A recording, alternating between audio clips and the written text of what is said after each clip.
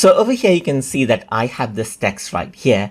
And if you were to go around and select this text, you can see that tracking tab is an option that allows you to motion track videos and then let the text follow along that particular path. So to do that, you can see that I have this video footage right here of walking. So I'm just going to go around and bring this in right here.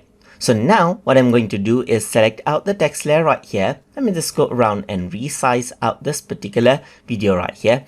I'm going to take this particular text right here, then go around onto tracking, then go to motion tracking right here. And over here, you can see that both is an option over here, and it says scale and distance is an option. I'm going to go around and then I'm going to select out this particular area for tracking right here, this particular person to be exact. So I'm just going to go around and select this person out right here, just like this.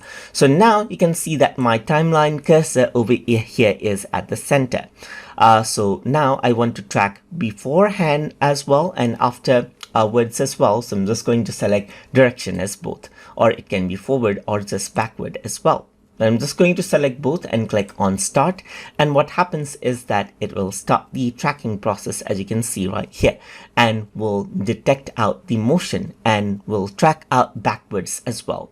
So now once you do that, what happens is that you can see that the motion has been tracked right here, and now the text moves along with the tracked motion. As you can see right here, it tracks out the person right here, and that is what you have. That is how you can go around and track it out. Similarly, you can track out any other object right here. It doesn't have to be a person, it can be a still object as well, and then you can make sure that the text gets tracked out with the motion in the video.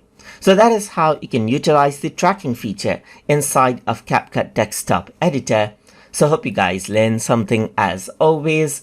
And as always, please like, comment, share, and subscribe.